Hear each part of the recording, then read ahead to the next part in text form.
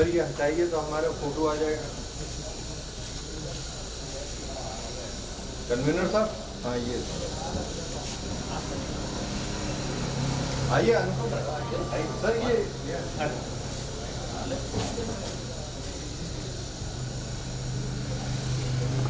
भाई हाँ आइए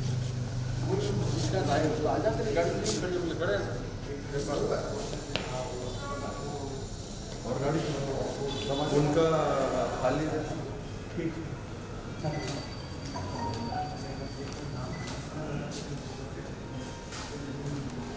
सर एक मिनट क्या तो क्या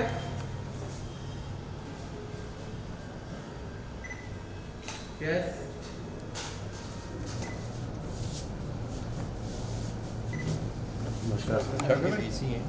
आप अलीगढ़ यूनिवर्सिटी में मास कम्युनिकेशन के चेयरमैन हैं। हाँ मैंने शाफियत अद्वैत आज का कीनोट एड्रेस। हाँ हाँ अच्छा अच्छा क्या सब्जेक्ट है सर? अच्छा बॉट पुरानी भी है बहुत पुरानी थी। अरे आप बैठिए, आप सब आ रहे हैं। ओ नमस्कार, कैसे हैं ओ सर नमस्कार नमस्कार कैसे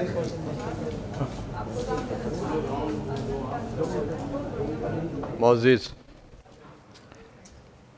ख़वातीन व हज़रात,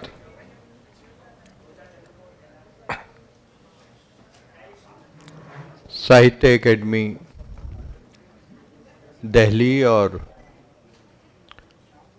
राजस्थान उर्दू अकादमी के बाहमी इश्तराक से ये ख़ूबसूरत और बामानी सेमिनार 2 रोज़ा आपके शहर जोधपुर में मुनक़्क़िद किया जा रहा है। मैं राजस्थान उर्दू अकादमी की जानिब से सबसे पहले शुक्रिया अदा करता हूँ साहित्य एकेडमी का कि हमारी छोटी सी गुजारिश पे आपने ऑल इंडिया सेमिनार मुनक़्क़िद करने का मौका हमें दिया। मैं तमाम उर्दू एकेडमी से जुड़े हुए जितने भी लोग हैं उर्दू से मुताल्लिक़, उन सब की जानिब से के.एस. राव साहब का और शिनगाफ निज़ाम साहब का और अनुपम का दिल की गहराई से शुक्रिया अदा करता हूं कि उन्होंने हमें ये मौका फ़राहम किया और हम आपके बीच में हैं। मैं मज़ीद दिल की गहराइयों से शुक्रिया अदा करता हूँ जे नारायण व्यास यूनिवर्सिटी के वाइस चांसलर मोहतरम जनाब परवीन चंद त्रिवेदी साहब का, आपने सिर्फ जयपुर से हमने फ़ोन किया था और आपकी रज़ामंदी 10 मिनट में हमें मिल गई थी।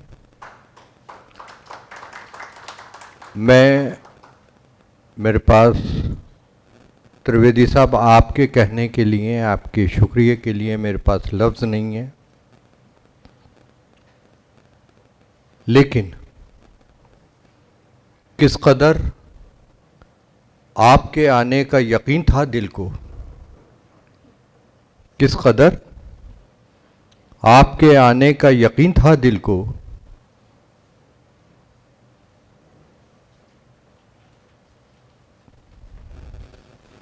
लब खामोश हैं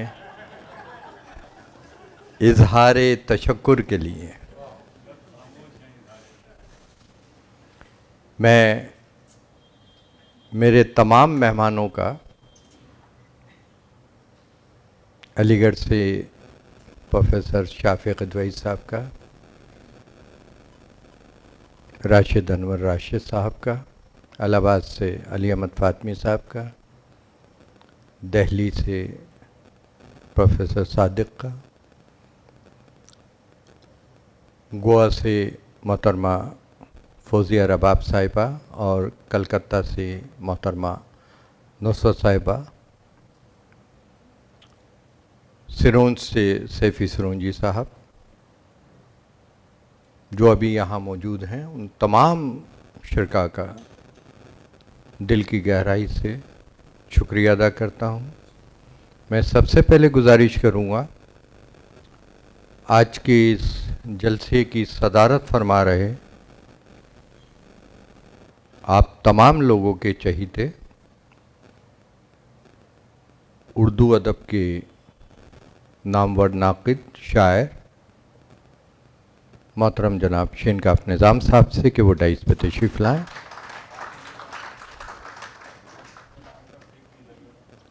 आ जाइए, मैं ले लूँगा। मैं बहुत अदब से गुजारिश करूँगा जनाब त्रिवेदी साहब से, आज के हमारे मेहमान ख़ुसूसी, कि वो डाइस पे तशरीफ़ लाएँ।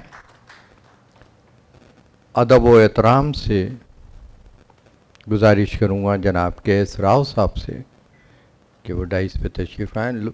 हज़रत तालियों से राव साहब का इस्तकबाल कीजिए। राजस्थान उर्दू अकादमी और साहित्य अकादमी ने 2 साल कबल भी सेमिनार किया था, एक दिन का सिंपोजियम किया था। शायद गालिबन राव साहब उस वक्त तशरीफ़ नहीं ला पाए थे, हमें मौका मिला है। मैं अदब से गुजारिश करूँगा आज के की नोट एड्रेस के लिए जनाब प्रोफेसर शाफिक अदवई साहब,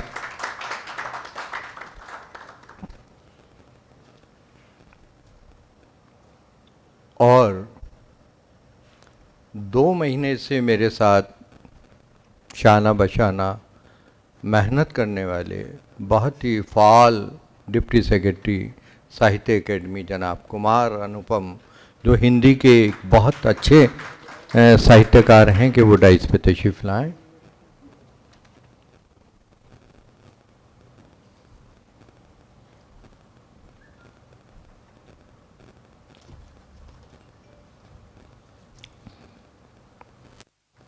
हज़रत जब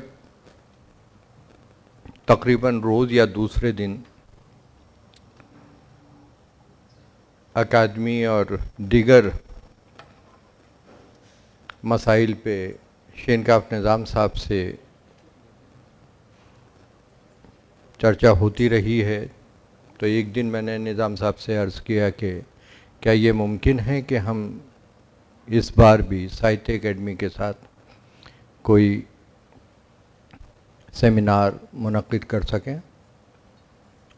निज़ाम साहब ने एक लम्हा सोचा और मुझसे कहा, कब करना चाहता है? मैंने कहा जब इजाज़त मिल जाए। तो आपने कहा अच्छा, मैं एक बार दिल्ली बात करता हूँ, और उसके बाद शायद गालिबन राव साहब से निज़ाम साहब की बात हुई।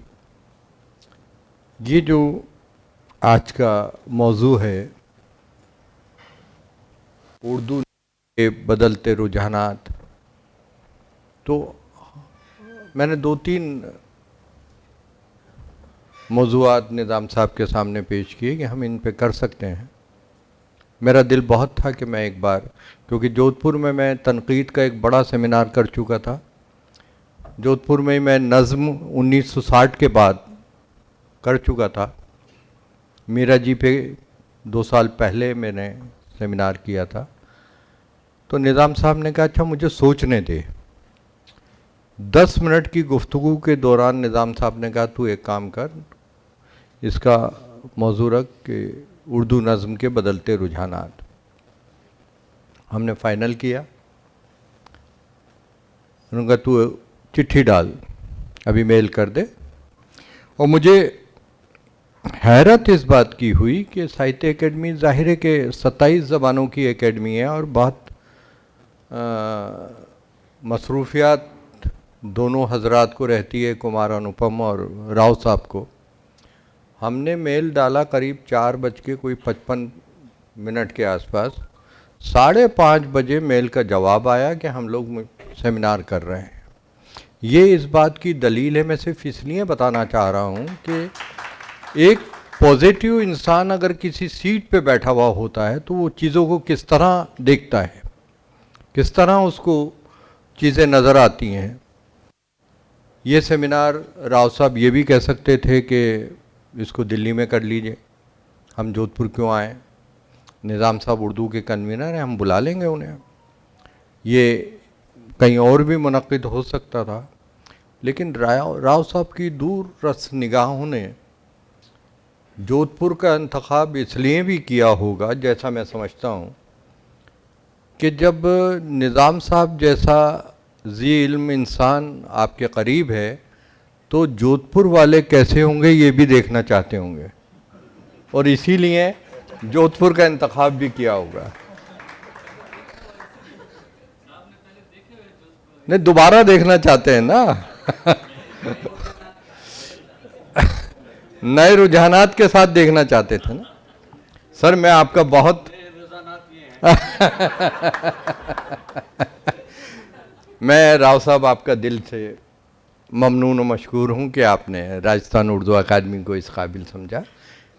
मेरे इल्म में ये है कि करीब 21 उर्दू अकादमियाँ हैं, जिसमें से 3 वहाँ की सरकारों ने उर्दू अकादमियों को बंद कर दिया है। गुजरात में टोटल उर्दू अकादमी बंद हो चुकी है। महाराष्ट्र में पिछले कई शायद 5 साल से वहाँ कोई चेयरमैन रुकन नहीं है, वो एक IAS है, वो चला रहे हैं। आपने अगर राजस्थान उर्दू अकादमी के साथ ये तीसरी मर्तबा कोई पहल की है तो ये हमें इस बात के लिए गौर करना चाहिए कि हम अपने काम को आप तक पहुंचाने में कितना कामयाब हो सके हैं और आगे हम कितना बेहतर कर सकते हैं। इस सेमिनार के बाद जब आपकी तकरीर होगी उससे हमें अंदाज़ा ये होगा कि हम आपके साथ कितनी दूर का सफ़र और कर पाएंगे। मैं कुमार अनुपम का शुक्रिया तो ज़ाहिर है मुझे करना चाहिए, लेकिन जब आपसे गुफ्तगू टेलीफोन के ऊपर तो मुझे ये अंदाज़ा नहीं था कि मैं जिस शख्स से इतना कम बोलते हैं कि मेरा जुमला आधा भी नहीं हो पाता कि टेलीफोन बंद। यार मैं किससे बात कर रहा हूँ, इतना कम, ये भी पता नहीं कि किस उम्र के इंसान हैं। यार 55 साल के हैं, 40 साल के हैं, 45 साल के हैं, कुछ पता नहीं। जी मुअज़्ज़म साहब, अच्छा ये ठीक है, ओके, अब मैं आगे क्या बात करूं, किससे बात करूं।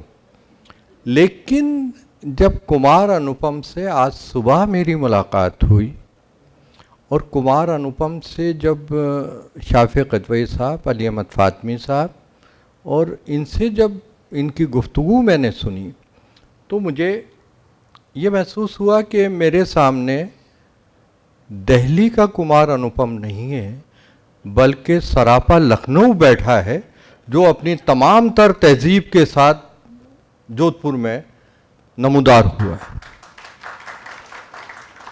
सर आप बहुत, आपका मुझे ये नहीं कहना चाहिए, लेकिन आपका साथ कुमार अनुपम के लिए आगे के रास्ते और इनकी जो फ़ालियत है, इनका जो विज़न है, वो इनको बहुत दूर तक लेके जाएगा, ये मेरा मानना है। आज सुबह से मैं देख रहा हूँ और जिस अंदाज से चीज़ों को ये समझ रहे हैं, जिस अंदाज से चीज़ों को ये देख रहे हैं, उससे मुझे ऐसा लगता है कि आप और कुमार अनुपम की टीम 27 ज़मानों के कन्वीनरों के साथ शायद एक नया इतिहास आप रच पाएंगे, ऐसा मेरा मानना है।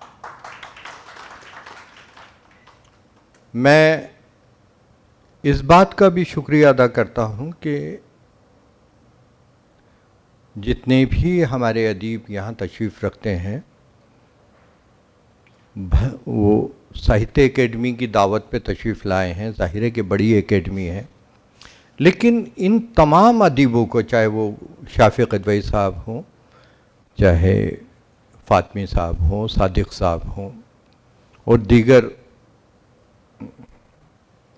फौजिया साहिबा हों, नुसरत साहिबा से मेरी पहली मुलाकात है, सैफी सुरंजी साहब से भी पहली थी, जितने भी लोग हैं इन लोगों की सरपरस्ती सर, मुझे फ़ख्र इस बात का है कि मैंने जितने भी काम किए हैं वो इन्हीं की रहनुमाई और इन्हीं की सरपरस्ती में किए हैं, और उसका सारा क्रेडिट अगर किसी इंसान को जाता है, जो हम यहाँ आज इस मकाम पे खड़े हैं, तो वो सारा क्रेडिट हम बिला झिझक हम ये कह सकते हैं कि ये सारा क्रेडिट मोहतरम शीनकाफ निज़ाम साहब के हिस्से का है।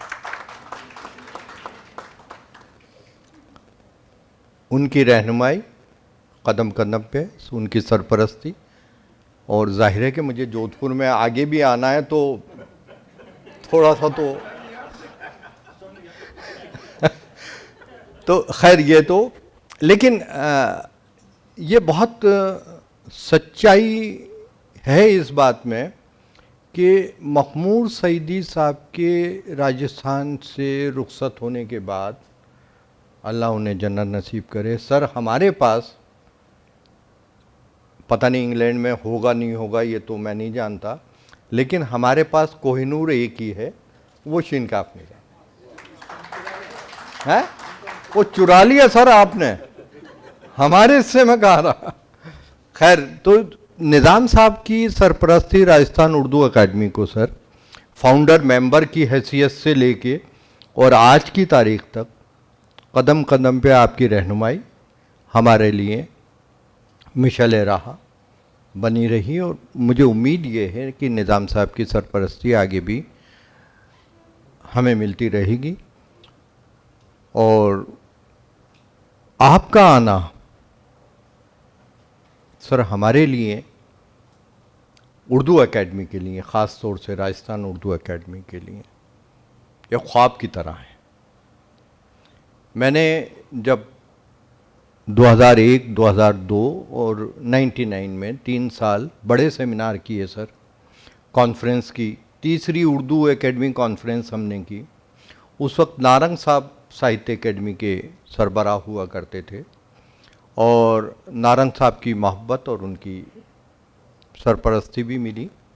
लेकिन ये ख्वाब रहा कि साहित्य एकेडमी का सेक्रेटरी कभी राजस्थान उर्दू अकादमी की दावत पे तशरीफ़ लाए, और वो आज ख्वाब जो हकीकत में तब्दील हुआ वो निज़ाम साहब की वजह। तो ख़वातीन व हज़रात, ये तो सिर्फ मेरी अपनी ज़िम्मेदारी भी थी राजस्थान उर्दू अकादमी की तरफ से, और मैं चाहता भी ये था कि ज़ाहिर है कि हमारे पास शाफ़ी क़दवई साहब मौजूद हैं, शीनकाफ निज़ाम साहब मौजूद हैं, जो नज़्म के हवाले से गुफ्तगू करेंगे। इससे क़ब्ल कि मैं किसी और को ज़हमत दूँ, मैं बहुत ही अदब व एहतराम से इल्तमास करूँगा जनाब के इसराव साहब का कि वो साहित्य एकेडमी की जानिब से आप तमाम लोगों का इस्तकबाल करें।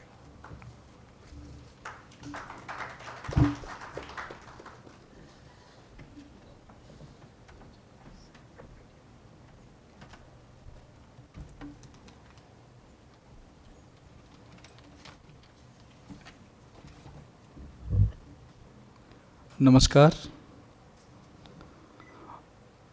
साहित्य अकादमी द्वारा राजस्थान उर्दू अकादमी के सहयोग से आयोजित उर्दू नज़्म के नए रुझानात विषय पर इस अत्यंत महत्वपूर्ण संगोष्ठी में आप सबका स्वागत है।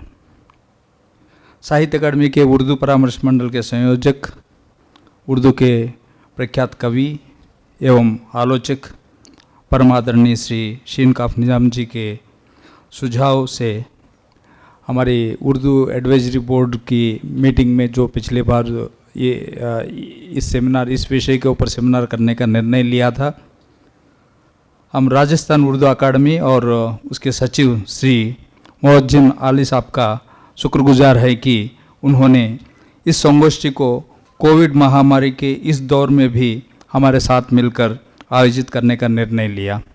मैं बहुत हृदय से आपको धन्यवाद करना चाहता हूँ। और संगोष्ठी के मुख्य अतिथि प्रोफेसर प्रवीण चंद्र त्रिवेदी जी, कुलपति जयनारायण व्यास यूनिवर्सिटी जोधपुर से आए। आप बहुत ही जैसा कि सचिव साहब ने कहा था उसी तरह हम लोग भी एक चिट्ठी भेजा था, तुरंत उनका जवाब आया कि मैं ज़रूर ये इसमें उपस्थित रहूँगा। उनके लिए अकादमी की ओर से मैं आपका शुक्रगुजार हूँ। प्रख्यात उर्दू आलोचक, विद्वान और कालम निगार, अलीगढ़ मुस्लिम विश्वविद्यालय के मास कम्युनिकेशन विभाग के विभागाध्यक्ष प्रोफेसर शाफे किडवाई साहब जी का भी स्वागत करता हूँ। साथ ही उर्दू परामर्श मंडल के संयोजक आदरणीय श्री शीन काफ निज़ाम साहब का भी शुक्रिया और हार्दिक स्वागत। आप सब अब तक समझ गए होंगे निज़ाम साहब को और हमारा क्या रिश्ता है। मेरे इधर यहाँ आने का कारण बहुत इनडायरेक्ट वे में बहुत कुछ कह दिया सचिव साहब ने, फिर मुझे अलग से फिर कहने का कोई ज़रूरत नहीं। इसी के साथ सभी सत्रों के अध्यक्ष, विद्वान वक्तागण एवं यहाँ उपस्थित साहित्य प्रेमियों तथा मीडिया कर्मियों का भी हार्दिक स्वागत है। मैं संक्षेप में उर्दू नज़्म के बारे में कुछ बातें कहना चाहूँगा।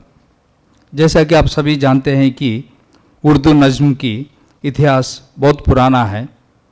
यह सबसे पहले कहाँ से शुरू हुए यह कहना बहुत आसान नहीं है। लगभग 300 साल तक इसमें प्रकृति के दृश्यों, धार्मिक और सामाजिक विषयों पर नज़में लिखी गई। नज़्म गोई में दक्कन की 300 साल की शायरी के बाद 18वीं शताब्दी में नज़ीर अकबराबादी ने इसको उत्तर भारत में परवान चढ़ाने में मदद की। नज़ीर ने अपने नज़्मों में रोज़मर्रा की परेशानियों, रस्मों, नसीहतों, हास्य और व्यंगों और समस्या लोगों की आवश्यकताओं की प्रस्तुत किया। इसी वजह से वह शायर अवाम के नाम से जाने गए। 1857 की प्रथम स्वतंत्रता संग्राम के बाद उर्दू शायरी में ज़बरदस्त तब्दीली आई। इस पर अंग्रेजी साहित्य का भी प्रभाव दिखने लगे। 20वीं शताब्दी में जब नज़्म निगारी एक अलग विधा के रूप में विकसित हुई तो प्राथमिक प्रयासों में हाली, आज़ाद और शिबली इत्यादि अपनी सक्रिय भागीदारी निभाते नजर आते हैं। हाली ने मुसद्दस ये हाली लिखकर उर्दू नज़्म को उद्देश्य की ओर अग्रसर किया। हाली की यह रचनात्मक कृति मानवीय परंपराओं का प्रतिबिंब है। आज़ाद की नज़्में शब-ए कदर, भरका रूत, सुबह उम्मीद और हाली की हुब्बे वतन, मुनाजात ये बेवा और चुपकी दाद इसी ज़माने की यादगार है। उर्दू नज़्म में नए रुझानात, चलन और विचारों को बढ़ावा देने के लिए इन बुज़ुर्गों का खूने जिगर भी शामिल है। इनकी शायरी ने भाषा और विषय दोनों क्षेत्र में बदलाव पैदा किए। अकबर इलाहाबादी ने अपनी शायरी की शुरुआत संजीदा कलाम से की, लेकिन जल्द ही उन्होंने पयामी व संदेशी शायरी इख्तियार कर ली। उन्हें पश्चिमी सभ्यता से बहुत नफरत थी। वह हर उस चीज़ से नफरत करते थे जिसमें फिरंगी साम्राज्य की महक आती थी।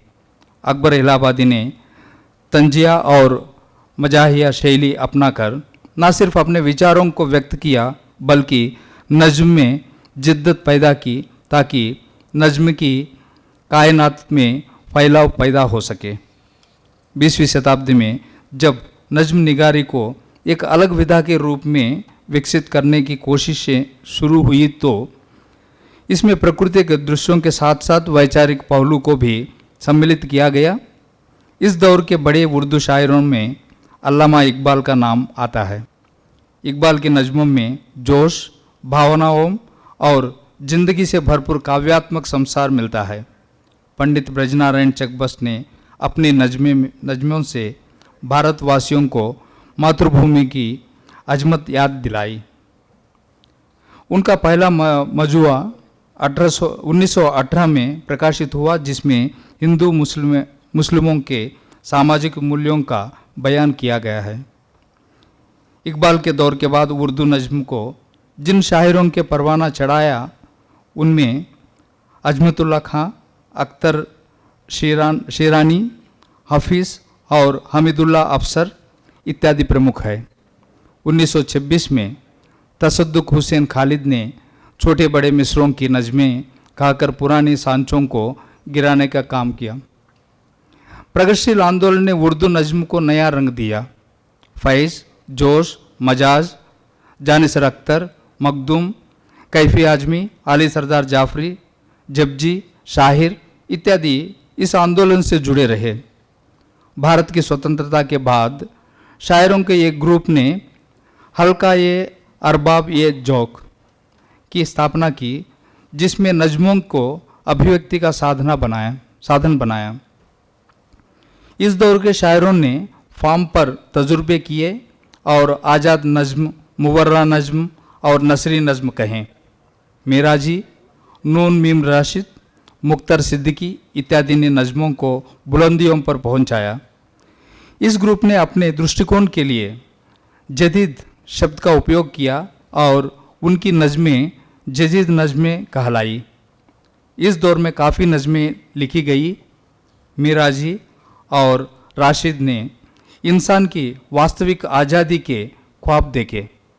अख्तर ईमान जैसे शायरों का मानना था कि शायरों को किसी राजनीति का पाबंद नहीं होना चाहिए और वह अपने विचारों और अनुभवों के आधार पर व्यक्ति और कायनात के सत्य को अपनी शायरी में प्रस्तुत करे। इस दौर में आज़ाद नज़्म और नज़्म मुवर्रा ने काफ़ी विकास किया। इन शायरों में मुनीर नियाजी, बाकर मेहदी, मोहम्मद अलवी, कुमार पाशी, निदा फाजली, शहरयार, बलराज कोमल, सलाउद्दीन परवेज इत्यादि का नाम खास है। इन शायरों ने अपनी नज़मों में तादारी और हुस्न पैदा किया। मौजूदा दौर में उर्दू शायरी का यह सफ़र पूरे जोश से जारी है, जिसमें जनाब शीनकाफ निज़ाम साहब, सादिक अतिकुल्ला साहब, शहनाज नबी, जयंत परमार, प्रीतपाल सिंह बेताब, जमाल ओवैसी इत्यादि शायर आज भी रंग भर रहे हैं। नई नस्ल में यहाँ मौजूदा रशीद अनवर रशीद, आदिल रजा मंसूरी और फैज़िया रबाब के अलावा अन्य शायर भी उम्दा नज़में प्रस्तुत कर रहे हैं। संगोष्ठी के अन्य प्रतिभागी प्रोफेसर सादिक, आली अहमद फातमी, खालिद अलवी, हकनी अल कासमी, शैफ़ी सरंजी की उर्दू नज़्म के हवाले से लेख छपते रहते हैं। मुझे खुशी है कि इस संगोष्ठी में 3 पीढ़ियों के नज़्म निगारी और आलोचक यहाँ उपस्थित है। इसलिए मेरा विश्वास है कि इस संगोष्ठी से उर्दू नज़्म के सफ़र और मौजूदा हालात पर कुछ नई बातें निकल कर आएगी। आप सभी का पुनः हृदय से स्वागत और अभिनंदन। और फिर और एक बार मैं राजस्थान उर्दू अकादमी सचिव साहब का, फिर साहित्य अकादमी की ओर से मेरे व्यक्तिगत की ओर से भी आपको बहुत बहुत धन्यवाद। आपने हमें मौका दिया यहाँ इस तरह की बहुत एक महत्वपूर्ण संगोष्ठी को आयोजन करने को आपने हमारे सहयोग दिया। नमस्कार।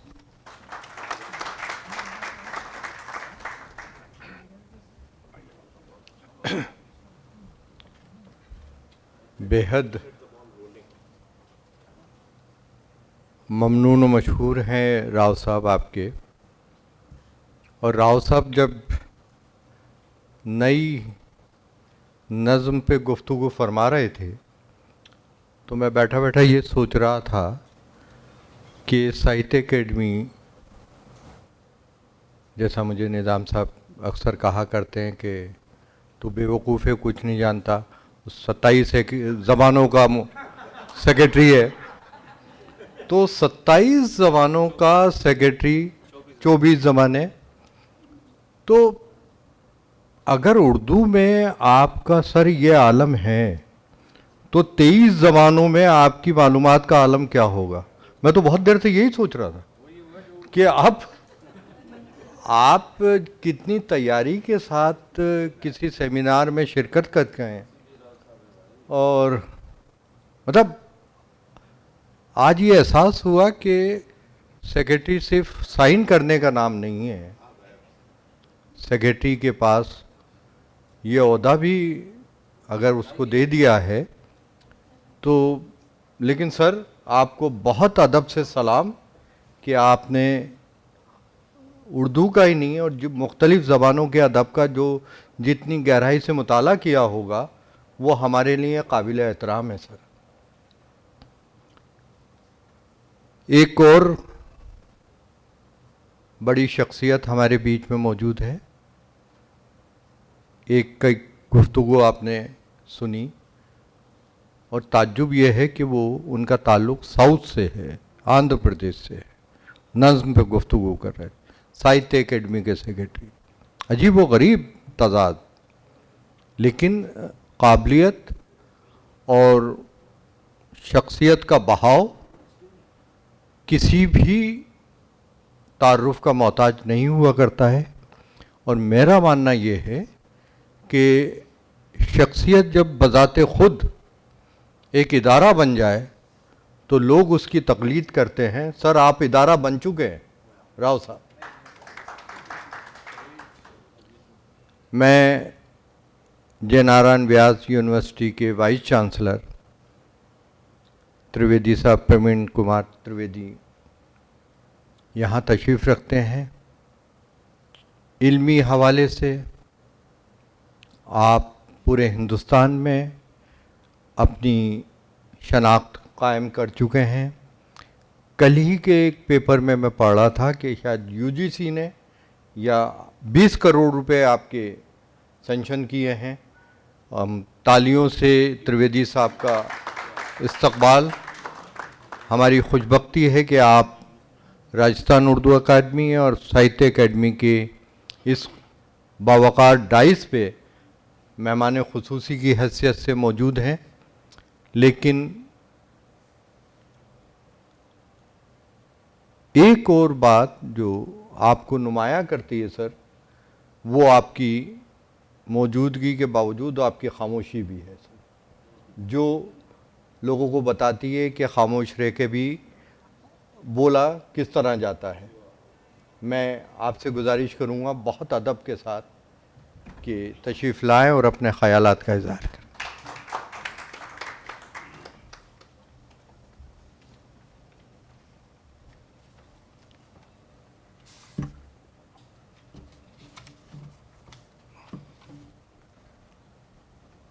मुझे बहुत अति प्रसन्नता हो रही है कि साहित्य एकेडमी नई दिल्ली एवं राजस्थान उर्दू एकेडमी जयपुर के संयुक्त तत्वावधान में आज उर्दू नज़्म के नए रुझानात विषय पर 2 दिवसीय संगोष्ठी का आयोजन जोधपुर शहर में हो रहा है। कार्यक्रम के अध्यक्ष शिनकाब निज़ाम साहब, बीच भाषणकर्ता शाफिक इदवई साहब, साहित्य एकेडमी के सचिव जिनको अभी हमने विस्तृत जानकारी के साथ सुना कि श्रीनिवास राव साहब, सचिव राजस्थान उर्दू एकेडमी मुअज़्ज़म अली साहब, जिन्होंने बहुत अच्छा इंट्रोडक्शन दिया और जो बहुत अच्छा समा बांधा है इसकी शुरुआत में, अनुपम तिवारी जी एवं सभी प्रबुद्ध महानुभाव जो यहाँ उपस्थित हैं। मैंने देखा कि अभी जब मुलाकात हो रही थी हमारी तो इलाहाबाद से, अलीगढ़ से, दिल्ली से और विभिन्न शहरों से भी यहाँ सब लोग आए हैं। ये जो राजस्थान का, पश्चिम राजस्थान का खूबसूरत शहर जोधपुर, जिसे साहित्यिक और सांस्कृतिक नगरी कहना अतिशयोक्तिपूर्ण नहीं होगा, वहाँ शब्द शिल्पियों और विद्यानुशीलियों के बीच में स्वयं को पाकर मैं अति गौरव का अनुभव कर रहा हूँ। वैसे तो यहाँ की धरती ने कई साहित्यकारों और बेजोड़ व्यक्तियों को जन्म दिया। यहाँ सांस्कृतिक कलेवर के राष्ट्रीय एवं अंतर्राष्ट्रीय स्तर के कई कार्यक्रम भी आयोजित होते आए हैं। जैसा अभी हमारे सचिव महोदय ने भी बताया कि कई कार्यक्रम पूर्व में यहाँ आयोजित हो चुके हैं। लेकिन उर्दू भाषा एवं उस भाषा के प्रति अनुराग का अद्भुत उदाहरण सदैव ही यहाँ के साहित्य प्रेमियों ने प्रस्तुत किया है, जो कि वास्तव में एक अनुकरणीय बात है। साहित्य अकेडमी नई दिल्ली और राजस्थान उर्दू एकेडमी जयपुर के संयुक्त तत्वावधान एवं आदरणीय शहर आफ्ताब शीन काफ निज़ाम साहब की अगुवाई में यह आयोज्य यह 2 दिवसीय संगोष्ठी, जिसमें उर्दू नज़्म के नए रुआनात पर रचनात्मक शोधपरक और विश्लेषणात्मक चर्चा और परिचर्चा जो होने वाली है, वो जोधपुर शहर के साहित्यिक दर्जे को एक बार फिर से राष्ट्रीय मानक पर स्थान देने जा रही है, ऐसा मेरा अटल विश्वास है। निज़ाम साहब के बारे में मैं यही कहना चाहता हूँ कि हमने तो सोचा था कि हम ही आपके चाहने वाले, हमने तो सोचा था कि हम ही आपके चाहने वाले, पर आपके चाहने वालों का तो काफिला निकला। और सोचा था मिल के शिकायत करेंगे खुदा से इसकी, पर क्या करें, वो भी आपका चाहने वाला निकला।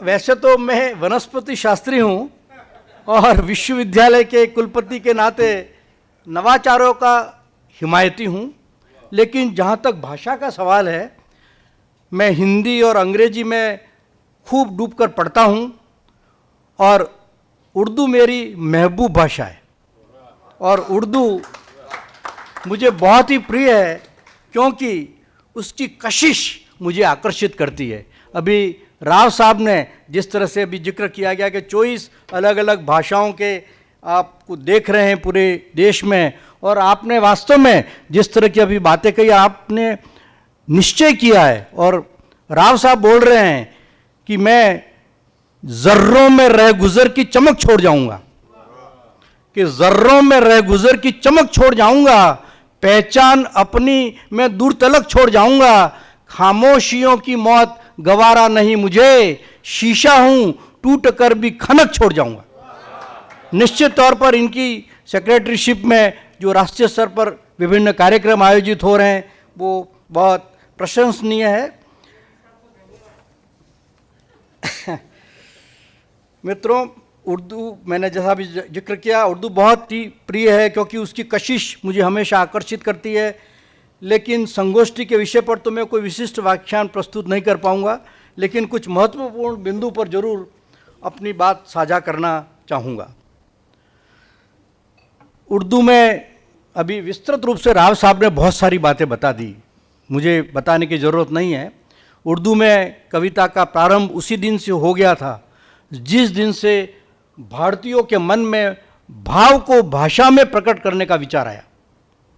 विभिन्न भाषा परिवारों के इतिहास को देखें तो पता चलता है कि मन की भावनाएं भाषा से कहीं ज़्यादा संगीत की तरफ झुकी हुई लगती हैं, और संगीत की सीधी भाषा परिभाषा अगर मैं गालिब के शब्दों में कहूँ तो यूँ कहूँ कि फरियाद की कोई नय नहीं है, नाला पाबंदे लय नहीं है। यानी रोने या अपनी आत्मीयता प्रकट करने के लिए किसी विशिष्ट लय की जरूरत नहीं है, लेकिन इसका अपना एक संगीत जरूर होता है, और उसी तरह का विशिष्ट संगीत नज़्म या कविता का होता है। उर्दू के बारे में आम और मिथ्या धारणा है कि यह किसी धर्म विशेष की भाषा है, जो हमारे भारत में ऐसा प्रचारित किया जाता है। मुझे बड़ा दुख हुआ ये जान करके कि 3 राज्यों में उर्दू की जो साहित्य परिषद संस्थाएं हैं उस पर कुछ कार्य नहीं हो रहा है। ये बहुत दुखद बात है। जहाँ तक उर्दू नज़्म या कविता का सवाल है, मैं समझता हूँ कि यह प्रेम, भाईचारा, देशभक्ति, प्रकृति, तीज त्योहार और भारत के विभिन्न प्रांतों के मौसमों और वहाँ के सांस्कृतिक परिवेश को समाहित किए हुए, इसकी जीवंत मिसाल नज़ीर अकबराबादी हैं, जिन्होंने भारत के सामाजिक सांस्कृतिक परिदृश्य एवं यहाँ के त्योहारों को अपनी नज़मों में प्रमुखता से स्थान देते हुए उर्दू ज़बान को जन जन तक की ज़बान बना दिया है। और मैं तो मतलब ये लिखने का होता है कि जिस्म कागज का, जान कागज की, जिंदगी दास्तान कागज की, उनका धंधा दिया है सराय का और हमारी दुकान कागज की। उर्दू के तो मुझे ये लगता है कि इसके अलावा भारत के अंदर आप सब लोग जानते हैं कौमी तराना हमारा सारे जहां से अच्छा हिंदुस्तान हमारा, इकबाल लिखते हैं। तो युद्ध की भयंकर विभीषिका का कारुणिक बयां करते हुए साहिर लुधियानवी जंग जैसी नज़्म लिखते हैं। वैसे मेरा मकसद यहाँ पर किसी तरह की सूची बनाना नहीं है, बहुत लंबी सूची हमारी सेक्रेटरी साहब ने बोल दी है, लेकिन एक पाठक होने के नाते मैं व्यक्तिगत रूप से नीज़ा फासली साहब, शहरयार साहब, गुलजार साहब और हमारे शहर के अंतर्राष्ट्रीय ख्याति प्राप्त शायर और आलोचक शीन काफ निज़ाम साहब के नाम तो गिनवा ही सकता हूँ। मित्रों, समस्या ये है अपने इस देश में, अभी बात चल रही थी, हम एक प्रोफेसर साहब से बात कर रहे थे कि इस देश में सबसे बड़ी समस्या यह है कि जहाँ जहाँ राइट प्लेस पर राइट आदमी बैठा है वो संस्थाएं अच्छी चल रही हैं, लेकिन जहाँ पर भी राइट प्लेस पर रॉन्ग आदमी बैठा है वो संस्थाएं डूब रही हैं, चाहे विश्वविद्यालय हो, चाहे कोई इंडस्ट्री हो, चाहे प्रांत हो, चाहे देश हो। कि वक्त का अजब फैसला भी देखा, वक्त का अजब फैसला भी देखा, हम हंसते हंसते भी रो दिए, जिनको नहीं थी खुशबुओं की पहचान उनके घर फूलों की पालकी आ गई। कि अजब दस्तूर है जमाने का, जमाने वालों, मजबूर को और भी मजबूर किया जाता है, और जिनको आता नहीं गुलशन का हकीकी आदाब उनके हाथों में चमन सौंप दिया जाता है। और ऐसे लोगों के पास में संस्थाओं के प्रमुख बन जाएंगे तो नष्ट होंगे। तो राइट प्लेस पर राइट आदमी बैठाना जरूरी है। अभी मुझे इसलिए अच्छा लग रहा है क्योंकि हम सब लोग आमने सामने बैठे हुए हैं। अभी विश्वविद्यालय ने 250 वेबिनार कराए इस बार इस कोरोना काल के अंदर, लेकिन अब हम रूबरू मिल रहे हैं तो एक अलग जो अंदाज आता है और जो आत्मीयता आती है, बात कहने की आती है। क्योंकि मैं अभी भी लोगों को ऐसे हादसे 50 आए हैं, फिराते रहेंगे, इससे क्या डरना कि हादसों की जद पे क्या मुस्कुराना छोड़ दें, हादसों की जद पे क्या मुस्कुराना छोड़ दें, और जलजलों की खौफ से क्या घर बनाना छोड़ दें। आपने अपने आप को न सुधारने की कसम खाई है, आंसुओं से कहोनों की आंखों में आना छोड़ दें। मैं कई बार यही सोचता हूं कि हम बातें बहुत करते हैं, प्लान बनाते हैं, लेकिन हकीकत में आज इस देश के अंदर आज अच्छा साहित्य लिखने वाले और पढ़ने वालों का अकाल सा हो गया है। ये मुझे बड़ा दर्द हो रहा है, महसूस करता हूं मैं, क्योंकि हम देखते थे वो लोग जिन्होंने इन साहित्य के अंदर योगदान दिया, आज ज़्यादा सुविधाएं उपलब्ध होते हुए भी उस तरह का योगदान नहीं दे पा रहे हैं। इन्हें गिने लोगों को टिप पर हम गिनते हैं, लेकिन इतने बड़े देश के अंदर 1 अरब की ऊपर की या 1 अरब 30 करोड़ की आबादी में क्या इतने ही लोग होंगे जो इस तरह की बात करते हैं। लेकिन जिस तरह की बात हो रही है तो मुझे बड़ा अजीब, ख्वाहिशें करते रहते हैं। मैं कई बार एक शेर पढ़ता रहता हूं कि ख्वाहिशों से नहीं गिरते हैं फूल झोली में, कर्म की शाखों को हिलाना होगा, और कुछ नहीं होगा कोसने से अंधेरे को, अपने हक का दिया खुद ही जलाना होगा। हम लोगों को अपना साहित्य बढ़ाना पड़ेगा, अच्छा साहित्य जो कि आने वाली जनरेशन को भी शिक्षा दे सके। आज बाजारू साहित्य जो बिक रहा है उससे कितना नुकसान हो रहा है समाज का। जिस तरह की बातें आ रही हैं, आए दिन सुप्रीम कोर्ट को कल इंटरवीन करना पड़ा, वो कह रही है यूट्यूब पे किस तरह की बातें आ रही हैं, कौन हर आदमी जो चाहे जो बोल रहा है लिख रहा है, ये क्या हो रहा है इस देश में। तो इसको देखना पड़ेगा। मुझे तो याद आ रही है ब्राजीलियन कवित्री है मैरी डोसा, नोबेल प्राइज़ मिला जिनको, और जिस कविता पर उनको नोबेल प्राइज़ मिला, यू स्टार्ट डाइंग स्लोली, उसका हिंदी रूपांतरण मुझे बहुत अच्छा लगता है और आप सब पर लागू होता है, इसलिए मैं ये बोलना चाहता हूँ कि आप धीरे धीरे मरने लगते हैं, आप धीरे धीरे मरने लगते हैं जब आप नहीं पढ़ते हैं कोई किताब, जब आप नहीं करते हैं कोई यात्रा, जब आप नहीं महसूस करना चाहते। मतलब इतनी सारी बातें उन्होंने क्या वर्णन किया है कि आप धीरे धीरे मरने लगते हैं जब आप नहीं महसूस करना चाहते उन आवेगों को और उनसे जुड़ी हुई अशांत भावनाओं को जिनसे नम होती हो हमारी आंखें, आप धीरे धीरे मरने लगते हैं। जब आप मार डालते हैं अपने स्वाभिमान को, आज यही हो रहा है, स्वाभिमानी लोग कहाँ हैं? जब आप मार डालते हैं अपने स्वाभिमान को, करने नहीं देते हैं मदद अपनी और करते नहीं है मदद दूसरों की, आप धीरे धीरे मरने लगते हैं। जब आप नहीं संतुष्ट हैं अपने कार्यों और परिणामों से, जब आप नहीं संतुष्ट हैं अपने कार्यों और परिणामों से और इसके बाद में भी आप और नहीं बदलते हैं अपना दैनिक जीवन व्यवहार, हम उसी ढर्रे पर चल रहे हैं, पुराने जिस तरह के ढर्रे पर आप धीरे धीरे मरने लगते हैं। बहुत लंबी कविता है, लेकिन मेरा सारांश ये था कि हम लोग जो चीज़ हमको करनी चाहिए वो हम नहीं कर रहे हैं। ये बड़ी दुखद बात है समाज के अंदर। और अच्छा साहित्य आप लोग जो हैं वो नई पीढ़ी को तैयार करें। इतने बड़े बड़े लोग यहाँ बैठे हुए हैं, हम चाहते हैं कि अच्छा साहित्य समाज में, और इस तरह की गोष्ठियाँ मिलना बहुत ज़रूरी है।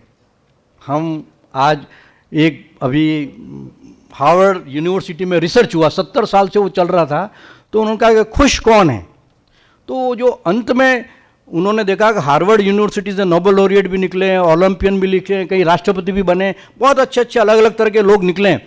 जब उनकी सर्वे की गई अब क्या कर रहे हैं वो, और एक बात सबसे ज़्यादा जो कॉमन आई, जो खुश व्यक्तियों में थी, जिसके पास बहुत ज़्यादा डिग्रियाँ थी वो खुश नहीं था, जिसके पास बहुत पैसा है वो भी खुश नहीं मिला, लेकिन एक बात जो खुशियों की कॉमन थी वो ये थी कि जिसने संबंध बनाए और जिसने संबंध निभाए। आज हम क्या करें, न्यूक्लियर फैमिली हो गई है, बैठे हुए हैं अपना लैपटॉप या अपना व्हाट्सएप और फेसबुक पे आप लगे हुए हैं और किसी से बात नहीं, पड़ोस वालों को भी नहीं जानते हैं, तो आपने क्या संबंध बनाए, क्या संबंध निभाए? आप कभी खुश नहीं रह सकते। जिस तरह की हम आज की स्थितियाँ हो रही हैं, ये सोशल जो रिलेशन हमारे सालों से जो चला रहा था, हमारी संस्कृति थी, उसको हम भूल रहे हैं। तो मैं ये कहना चाहता हूँ कि इस तरह के आयोजन, हमारे साहित्य अकेडमी के जो सेक्रेटरी साहब बैठे हुए हैं, तो मुझे बहुत अच्छा लगता है कि इस तरह के आयोजन आप लगातार करते रहो और सभी लोगों से मिलते रहो, तो क्योंकि इससे जीवंतता बनी रहती है, हर चीज़ में नई नई बातें आती है। तो साहब यही मैं कहना चाहता हूँ कि धार वक्त की बड़ी प्रबल है, इसमें लय से बहा करो और जीवन कितना क्षण भंगुर है, मिलते जुलते रहा करो। कोरोना ने बता दिया आपको कि कितना क्षण भंगुर जीवन है अपना, कि यादों की भरपूर पोटली क्षण भर वे न बिखर जाए, दोस्तों की अनकही कहानी तुम भी थोड़ी कहा करो। कि सबके अपने अपने गम हैं, सबके अपने अपने गम है, अपनी अपनी पीड़ा है, यारों के संग थोड़े से दुख मिलजुल करके सहा करो। और हंसते चेहरे, कई लोग चेहरे हंसते हुए मैं देखता हूँ कि हंसते चेहरे के पीछे भी दर्द भरा हो सकता है, हंसते चेहरे के पीछे भी दर्द भरा हो सकता है। यही सोच मन में रख करके हाथ उसका घा करो। और किसका साथ कहाँ तक है, हम कब तक हैं, 20 साल 10 साल 20 साल, सब किसका साथ कहाँ तक है, कौन भला कह सकता है। मिलने जुलने के नए बहाने रचते बुनते रहा करो। ऐसी गोष्ठियाँ आप आयोजित करते रहो। मुझे बहुत खुशी है कि जोधपुर के अंदर इतना बहुत अच्छा कार्यक्रम और ऐसे लगातार कार्यक्रम होते रहेंगे। और निजाम साहब कोहिनूर जैसा बताया, कोहिनूर भी क्या है, मैं तो कहता हूँ इनके सामने कोहिनूर भी कुछ नहीं है। मैं तो खुदा को कहता हूँ कि खुदा अपने चांद पर इतना गरूर न कर, ए खुदा अपने चांद पर इतना गरूर न कर, एक चांद सा दोस्त हम भी रखते हैं। और जब भी तारीफ होती है तेरे चांद की, लोग मिसाल हमारे दोस्त की देते हैं। Thank you very much.